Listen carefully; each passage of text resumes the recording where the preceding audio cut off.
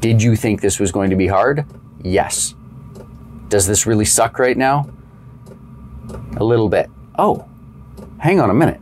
This is what hard feels like. Yeah. Okay.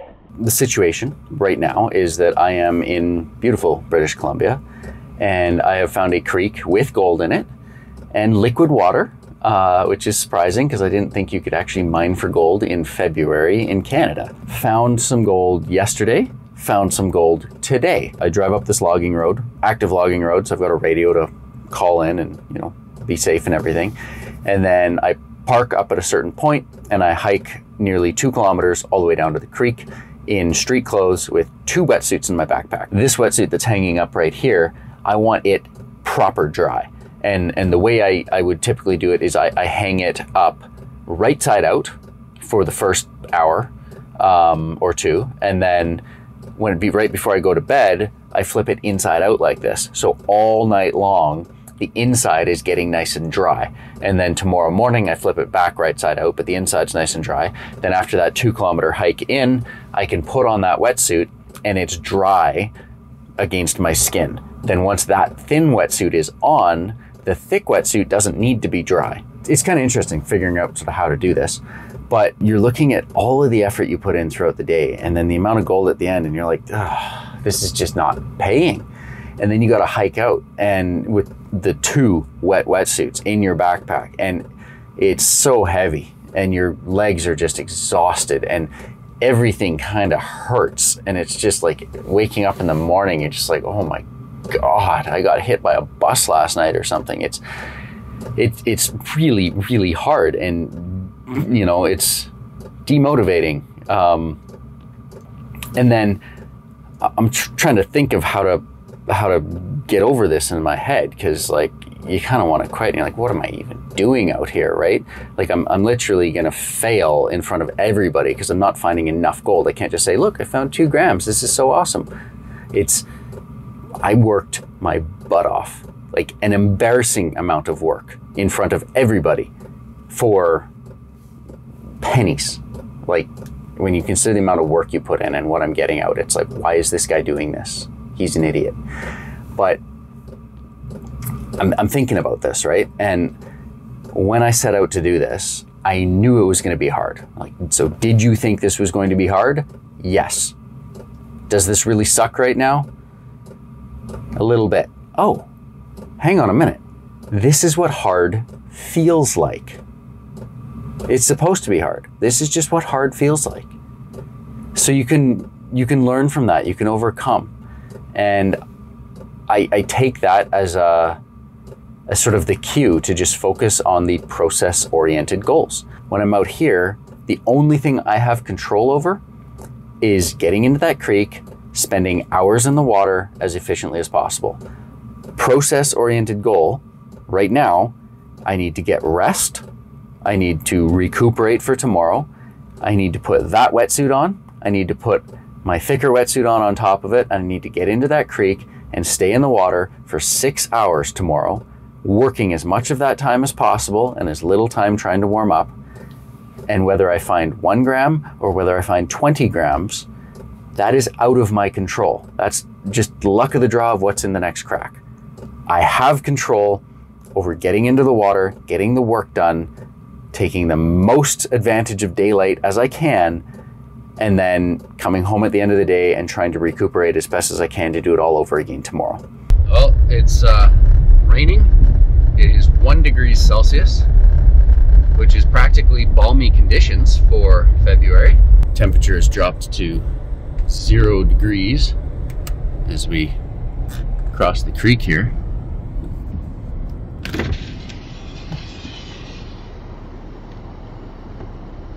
Absolutely beautiful. It's got a little ways to go up and hop into that water.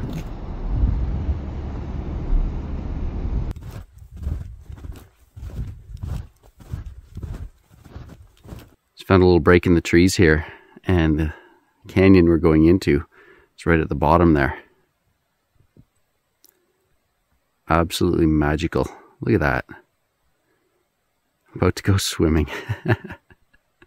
That's my backpack with 2 wetsuits, 2 separate sets of neoprene socks, neoprene booties, neoprene gloves, and it's just up around the corners where we're all set up. But we're gonna, that little bit of liquid water you can just see right over there as we're hiking by, we're gonna see maybe on the way down we can just float down, and in areas where it's really shallow and there isn't a strong current, you can safely be there.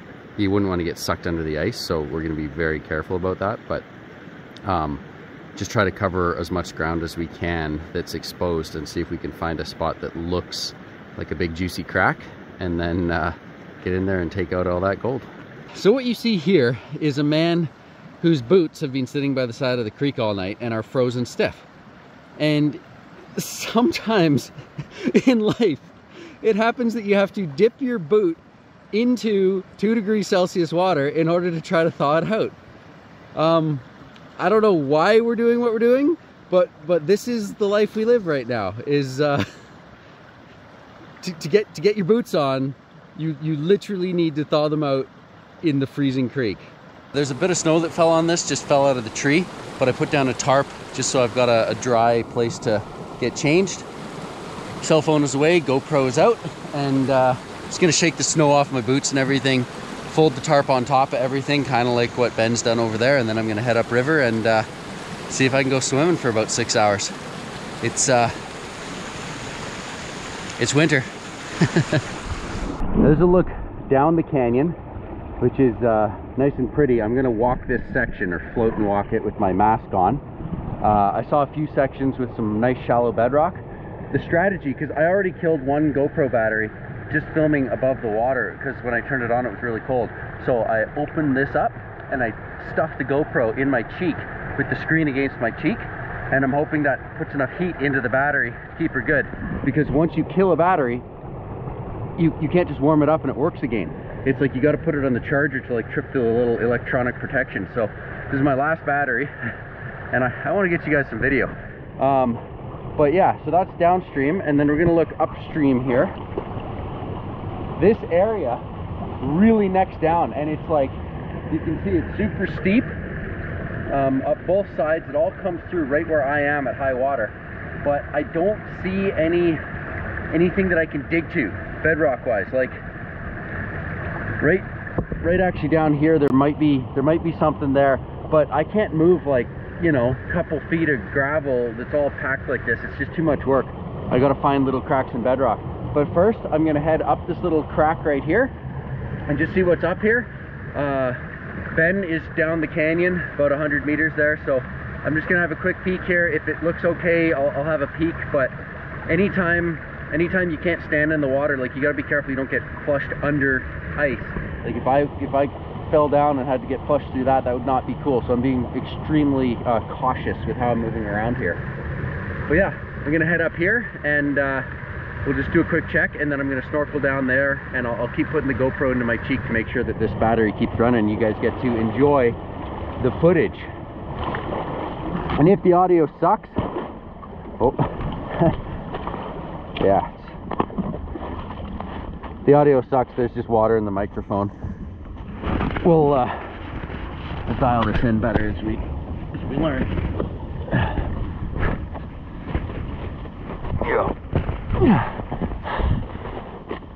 Okay. Yeah, so what I'm looking at here, it makes me nervous because there's a good flow and I don't want to get sucked under that where I could get hung up and pinned into something. So I want to make sure that I'm not at this ice that could fall me in, because that's slippery bedrock, super sketchy. I'm just going to walk up here. There's a bit of a dry path. Make sure my heels can kick in. Pretty crazy. I wonder if there's even any gold up here. Like, this is an inside bend, steep canyon.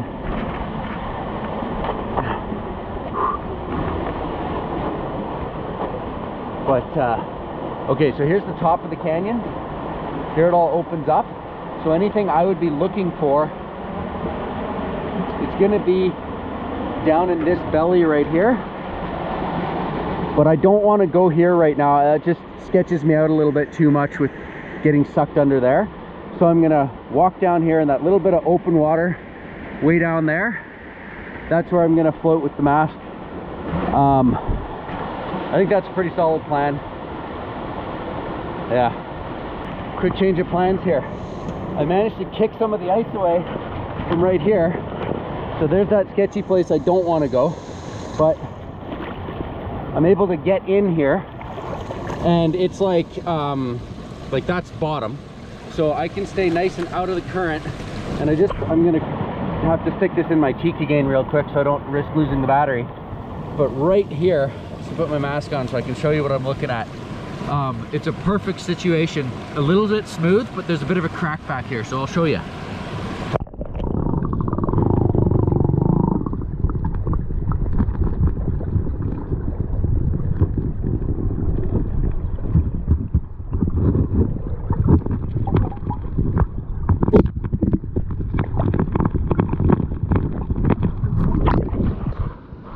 Oh yeah, I'm gonna warm this thing up, and then once I clear some, if I find anything, I'll show you. Out there, it's just super smooth. Like the force of the water just like polishes the bedrock. But this is a bit of a pool right on this inside bend.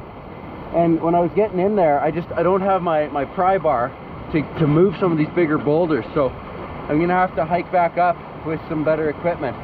But on the way down, I'm gonna go check below this pinch point and see what's down there. So I've actually just, so I can work with the GoPro staying warm, I'm tucking it in under my shoulder here. But yeah, this spot is definitely going to get X marks the spot to come. Like if I came and worked here for a couple hours with a bar and moved some stuff, there's potential to catch stuff right here. Really interesting all around. But I'm gonna hike down and I'll keep an eye out for anything good on my way down, and if I see something, I'll bring this thing back out.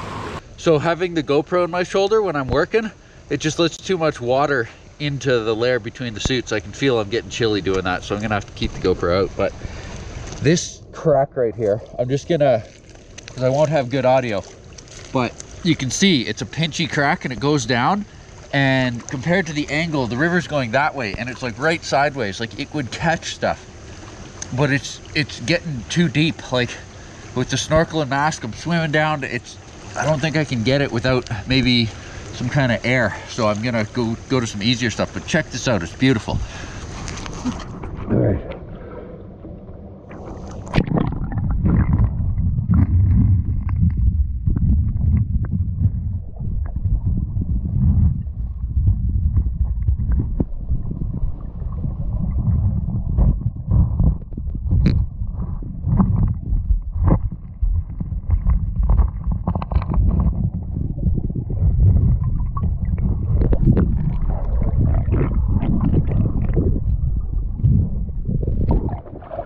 So that's the angle it's at. Like it comes out this way and then it's totally sideways to that. So I don't know, that's a hole I'd want to get deeper into, but I need air for that. So I'm gonna stick to the easy shallow stuff, work my way down here.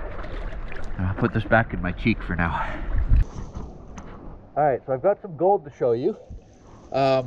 Just that really good spot's like right around the corner up in there. And then around the downside of this, the current kind of protects this boil hole. So all that light colored stuff was covered in gravel. I didn't expect it to hold much because it's kind of round. There's no deep cracks in here. But I've already removed a bunch of the stuff, and you can just see the fine gold that was sitting in there. So probably after the flood did its major work, this just concentrated a bit of fine gold. So I'll show you that fine gold. I won't snuffer it on camera because I want to get this in the water and back into my cheek. But check this out as I waft it away.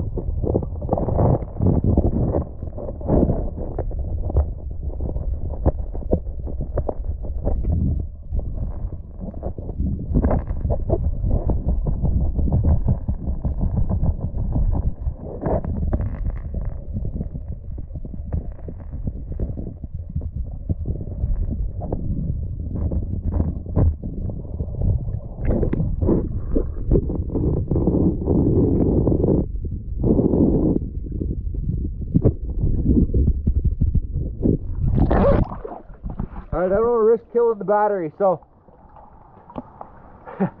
raining down on me. But yeah, there's a bunch of stuff like that in here, and you just waft to a little area and snuffer it up. It's pretty cool, finding gold. All right, so put a little work into this spot, and I think it's paid off. So I'm gonna get this camera down there, and we're gonna have some fun. But I want to do this in short stints because, like I said, I'm on my last battery here.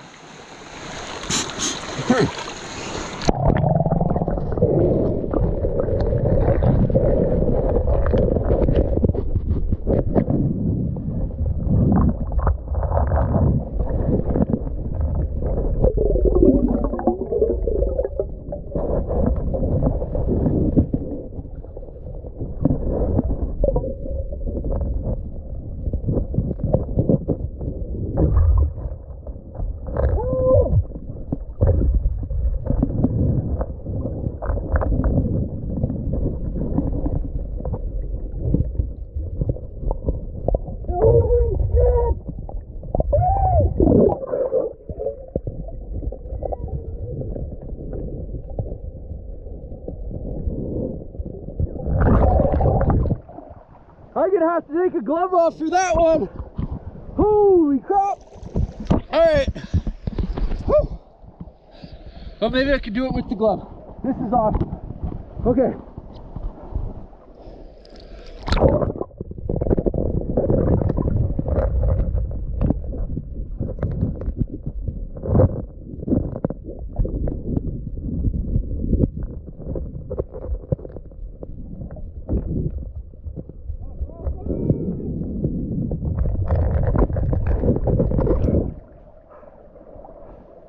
Okay, I'm hoping this is working. I guess that's probably my guess is a half gram, or maybe 0.3 to 0.4 of a gram, but there's a lot more. It's just a pocket.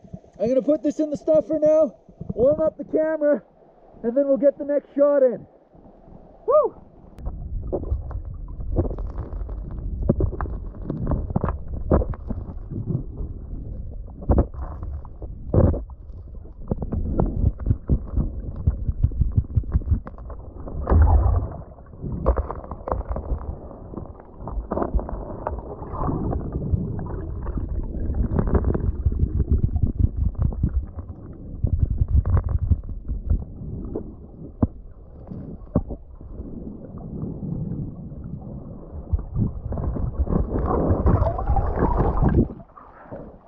Well, that was exciting.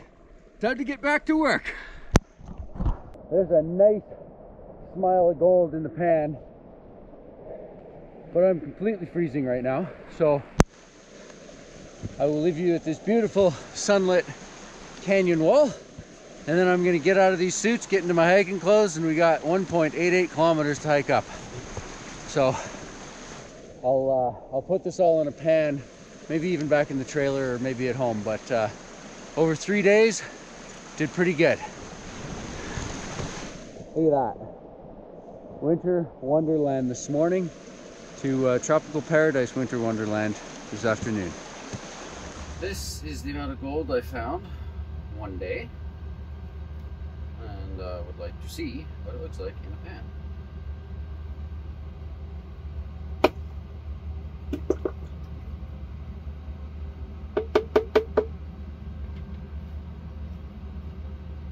Don't mind the jet engine running in the background. I've got to heat this place up a fair bit so that I can dry the wetsuits. Now, let's just see if you can see. You can roughly see that. There is, in fact, gold. It's kind of hard to imagine that, like, all of that was collected in one day. My guess was, what, 3 grams? 2 grams? I don't have a scale. But then, just today, this bottle is something special, I think. So note this day, if I can make that actually focus. And here, see if I can get it in a different spot. Whoa. Yeah, no, that's different. So if I just shake that around a little bit.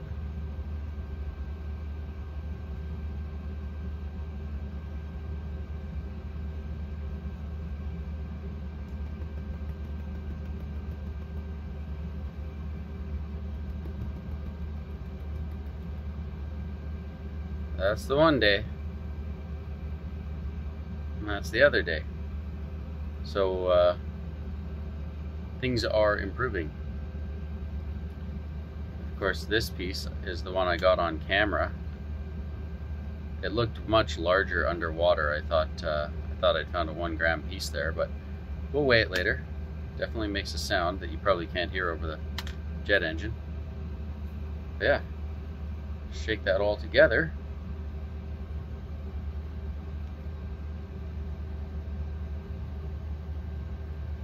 You guys a better shot of that maybe.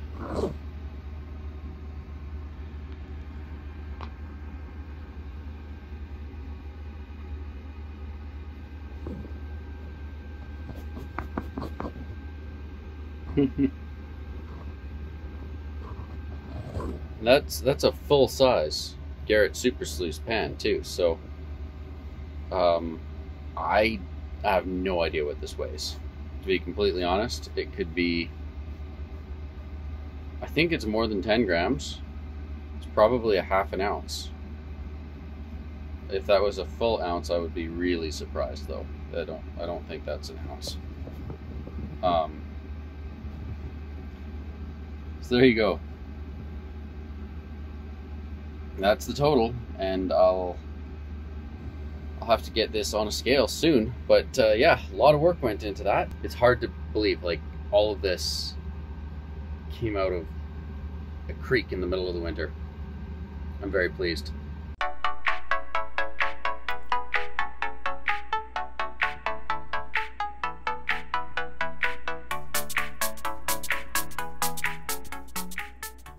Okay, so there's your coarse nuggets, pickers and stuff.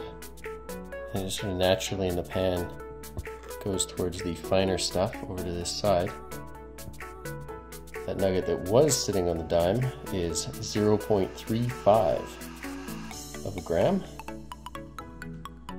So I'm going to throw this on a scale now. I think I've got it almost perfectly clean, so that's good. Let's get that in the sun there, and ooh, she shines. That's some good looking gold. I'd like to say that's a half ounce, but I'm going to say 10 grams so I don't get disappointed. Disappointed!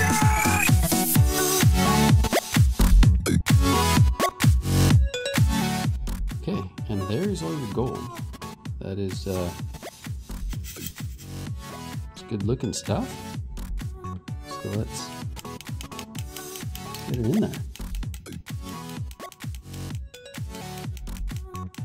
There's some real fine gold in here, combined with some chunkier, flaky stuff.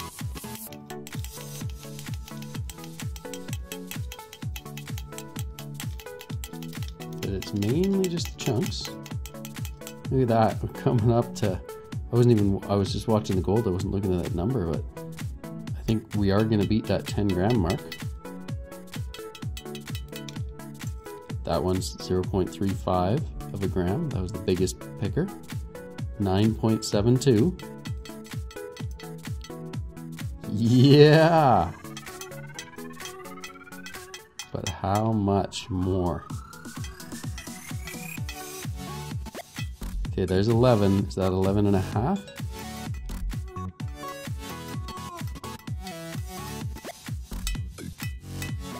Every last bit counts here. 11.94 grams.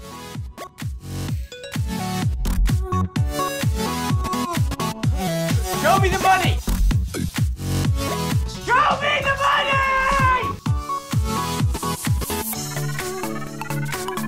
Show me the money!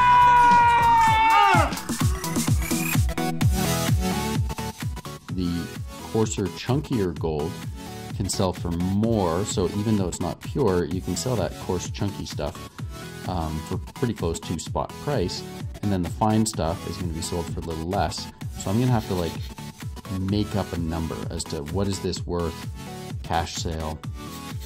I might just go with, be nice to say $75 a gram for ease of math, but let's go with $65 a gram just to make sure that there's no questions here, that I'm, you know, pretending it's worth more than it actually is or something. But if that's $65 a gram, hey, I can't do the math right now, but we'll go figure out, I'll tally up the fuel costs and everything and see how we did. So in summary, 11.94 grams of gold. Current spot price is just over $80 a gram. But if I was to convert this into, you know, gas and groceries, actual money in my pocket, we're going to go with somewhere between $65 to $70 per gram.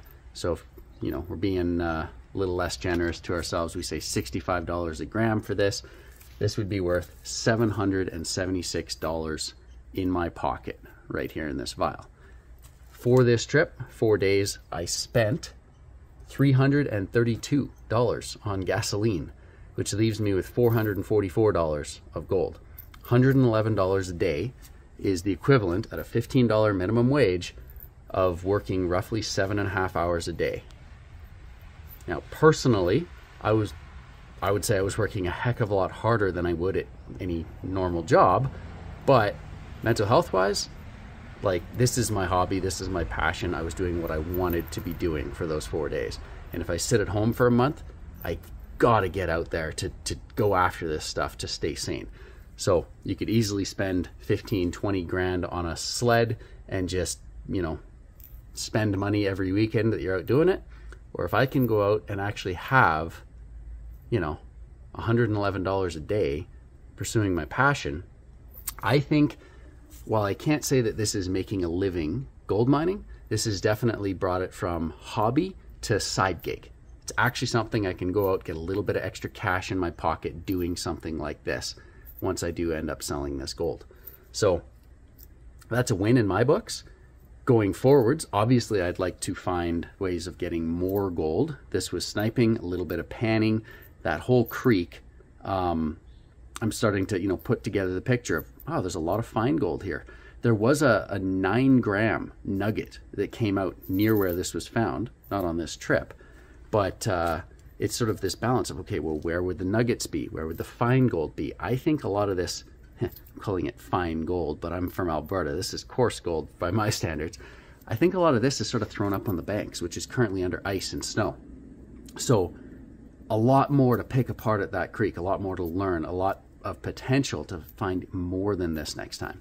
But again, I could go out and I could find less. So I can't say definitively that, you know, I'm making good money gold mining yet, but hey, this trip at least qualifies as a side gig over a hobby, and we're still going to be chewing away at that goal of making a living gold mining to some degree going forwards.